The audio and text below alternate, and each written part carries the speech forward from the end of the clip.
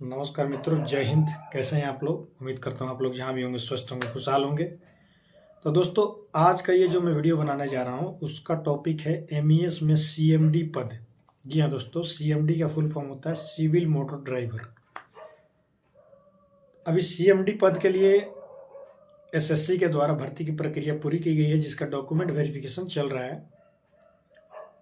तो मेरे एक सब्सक्राइबर हैं जिनका नाम है दिनेश जी। उन्होंने कमेंट्स किया था कि सर एमईएस में सीएमडी का क्या वर्क होता है, इस पर एक वीडियो बनाइए ताकि हम लोगों को भी पता चले। शायद उनका सिलेक्शन हुआ है सीएमडी में, इसलिए वो जानने के लिए इच्छुक थे और काफ़ी कमेंट्स किए हैं मेरे चैनल पर कि सर सीएमडी पोस्ट के बारे में बताइए कि क्या क्या वर्क होता है। तो देखिए, आज मैं शुरू से आप लोगों को बताऊंगा सीएमडी का वर्क, सीएमडी की सैलरी, सीएमडी को क्या क्या फैसिलिटीज़ मिलती है, सीएमडी का कैसे प्रमोशन होता है, इन सारी चीज़ों के बारे में आप लोग को डिटेल से बताऊंगा। तो सबसे पहले बात करते हैं कि एमईएस में जो सीएमडी पद के लिए एसएससी के द्वारा भर्ती की प्रक्रिया पूरी की गई है। पहले ये जो भर्ती होती थी ये एसएससी के द्वारा नहीं ली जाती थी, ये खुद एमईएस डिपार्टमेंट इसको भर्ती की प्रक्रिया को पूरा कराता था। लेकिन अभी ये जिम्मेदारी एसएससी को दे दी गई है, यानी कि स्टाफ सिलेक्शन कमीशन को इस भर्ती की प्रक्रिया पूरी करने की जिम्मेदारी दी गई है, जिसके बाद अभी डॉक्यूमेंट वेरिफिकेशन चल रहा है। अभी हाल फिलहाल में 2-3 दिन पहले एक लेटर भी आया था कि उसमें शायद कमांड का चॉइस डालने के लिए पूछा गया। जो जिन कैंडिडेट का सिलेक्शन हुआ है उनसे कमांड के बारे में चॉइस पूछा गया कि आप किस कमांड के अंतर्गत जाना चाहते हैं। तो जिस कमांड का आप चॉइस डालेंगे उसी कमांड में आपकी पोस्टिंग दी जाएगी। तो चलिए सबसे पहले बात करते हैं कि सीएमडी का क्या वर्क होता है एमईएस में। तो देखिए, सीएमडी यानी कि सिविल मोटर ड्राइवर, नाम से ही पता चल रहा है कि ये ड्राइवर की पोस्ट है। तो एमईएस का देखिए वर्क क्या होता है कि कैंट के अंतर्गत, जैसे कि आर्मी का कैंट हो गया, एयरफोर्स का कैंट हो गया, या कोई नेवी का स्टेशन हो गया, वहाँ पर एमईएस अपनी सेवाएं देती है। तो वहाँ पर जहाँ भी रिक्वायरमेंट होगी ड्राइवर की, वहाँ पर आपको ड्यूटी करना होगा। जैसे मान लीजिए कोई पर्टिकुलर एरिया है, वहाँ पर इलेक्ट्रिसिटी का फॉल्ट हो गया, तो वहाँ पर आपको गाड़ी लेकर जानी पड़ेगी। जैसे वाटर सप्लाई में कोई पाइपलाइन संबंधित कोई प्रॉब्लम हो गई, तो वो जो कंप्लेंट आती है, तो वहाँ पर आपको बंदों को लेकर वहाँ पर जाना पड़ेगा उस पर्टिकुलर एरिया में। तो यही वर्क है। जैसे कि डिटेल किया जाता है एक गाड़ी के लिए कि इस गाड़ी को आप ऑपरेट करेंगे, चलाएंगे, ड्राइव करेंगे, यही वर्क है। कोई खास उतना ज़्यादा समझने वाला क्रिटिकल कोई काम नहीं है कि आप समझ नहीं पाए। बस इतना समझिए कि जो ड्राइवर संबंधित वर्क होगा एमईएस में, वही आपसे वर्क ली जाएगी, वही सेवाएं आपको देनी पड़ेगी। बाकी आप डिपार्टमेंट के जब अंदर आ जाएंगे तो आपको खुद ही समझ में आ जाएगा क्या वर्क करना है। लेकिन इतना समझ लीजिए कि कोई मतलब ज़्यादा डरने वाली बात नहीं है, रिस्क वाली बात नहीं है। आपको आर्मी कैंट के अंदर रहना है, एयरफोर्स कैंट के अंदर रहना है, और एमईएस में जितनी सरकारी गाड़ियां हैं उनको आपको चलाना है, ड्राइव करना है, क्योंकि उसके लिए आप ही ऑथराइज हैं। और कोई चलाएगा तो देखिए उसके लिए दूसरा कोई चला नहीं सकता है कैंट के अंदर, क्योंकि ये सिविल एरिया नहीं है कि कोई भी गाड़ी उठाया और चल दिया।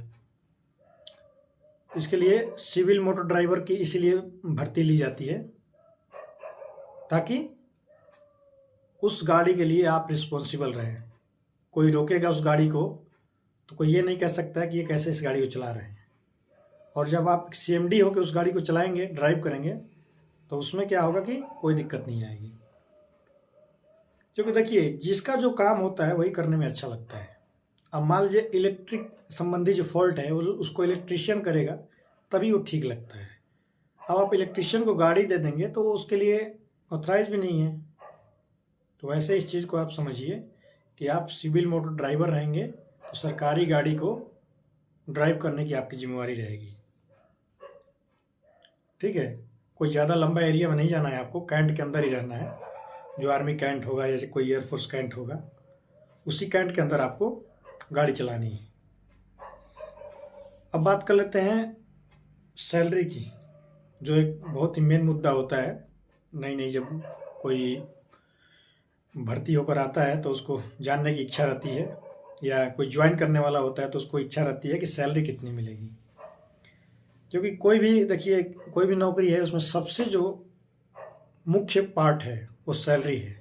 सैलरी के बारे में सब लोगों को जानने के लिए इच्छा होती है। तो जो अभी नए सिविल मोटर ड्राइवर के लिए सिलेक्टेड हुए हैं कैंडिडेट, उनके लिए मैं बताने जा रहा हूँ, बहुत ही इम्पोर्टेंट बिंदु है। तो देखिए, सिविल मोटर ड्राइवर का जो पे स्केल है उसको पे मैट्रिक्स 7th CPC यानी 7th पे कमीशन के अनुसार पे लेवल 2 में रखा गया है। और इसमें जो ITI पास कैंडिडेट भर्ती होते हैं MES में, उनको पे लेवल 1 में रखा गया है। पे लेवल 1 का जो बेसिक पे स्टार्ट होता है वो 18,000 से स्टार्ट होता है, और पे लेवल 2 के लिए जो बेसिक पे है वो 19,900 से स्टार्ट है। तो जब आप सिविल मोटर ड्राइवर के पद पर भर्ती होकर आएंगे तो आपको 19,900 रुपये बेसिक पे मिलेगा, जिस पर अभी जनवरी में DA लगने के बाद लगभग 60% DA हो जाएगा। तो यानी कि 19,900 प्लस 19,900 का 60% DA, और प्लस TPT अलाउंसेस भी मिलता है, ट्रांसपोर्ट अलाउंसेस, यानी कि आपको अपने जहाँ पे आप रहते हैं वहाँ से ड्यूटी स्थान पर आने के लिए ट्रांसपोर्ट अलाउंस मिलता है।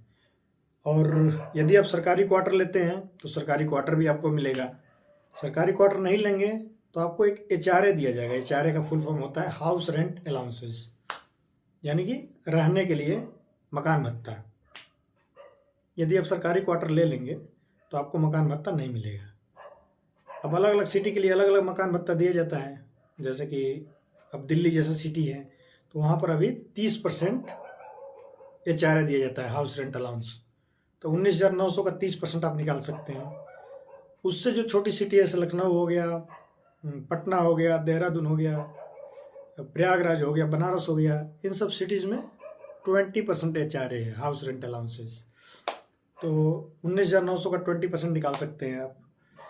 और जो उसके अलावा जितनी भी सिटी है, जैसे ग्रुप Z में जो सिटी आएगी, छोटी सिटी, उसमें 10% अभी HRA है।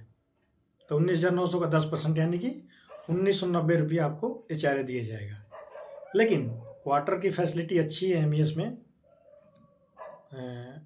घर से दूर यदि आप भर्ती होते हैं तो आपको सरकारी क्वार्टर लेने में भी फ़ायदा है। उसमें सारी सुविधाएं आपको मिलेगी, फर्नीचर भी मिलेगा आपको, चारपाई मिल जाएगा, और जो भी अलमीरा वगैरह है सब मिल जाते हैं, चेयर्स मिल जाते हैं, चेयर डाइनिंग टेबल सब मिल जाते हैं, कोई दिक्कत नहीं होती है। तो सरकारी क्वार्टर लेने में भी फ़ायदा है आपको। सिविल में यदि आप रहने जाएंगे तो छोटे से छोटे सिटी में अगर आप 4 लोगों के रहने के लिए कोई कमरा लेंगे किराए पे तो आपको कम से कम 6 से 7 हज़ार रुपये आपको देना पड़ेगा। बड़ी सिटी में तो ये बढ़कर 12-13 हज़ार रुपये तक हो जाता है। तो क्वार्टर का सुविधा बढ़िया है, सरकारी एकोमोडेशन आपको मिल जाएगा, मैरिड एकोमोडेशन, कोई दिक्कत नहीं होगी उसमें। और उसके बाद सैलरी मोटा मोटी आप लोगों को बता देता हूँ कि NPS कटने के बाद, NPS यानी कि 2004 के बाद जो भर्ती होता है उसको NPS के अंतर्गत रखा गया है। OPS जो कि ओल्ड पेंशन स्कीम है, वो 2004 के पहले जो भर्ती हुआ है उसको ओल्ड पेंशन स्कीम की सुविधा दी गई है। लेकिन 2004 के बाद NPS की सुविधा दी गई, जिसको नेशनल पेंशन सिस्टम, कुछ लोग न्यू पेंशन स्कीम भी बोलते हैं, लेकिन इसका जो मेन फुल फॉर्म है उसको नेशनल पेंशन सिस्टम बोला जाता है। तो उसमें आपका जो बेसिक प्लस DA, जितना आपका बेसिक प्लस DA बनेगा उसका 10% उसमें जमा हो जाता है NPS अकाउंट में, जिसको NPS अकाउंट को खोलकर आपको दिया जाएगा सरकार के द्वारा। और उसमें सरकार भी अपना 14% कंट्रीब्यूट करेगी। जो आपका बेसिक DA होगा उसका 14% सरकार देगी और आपका 10% कटेगा।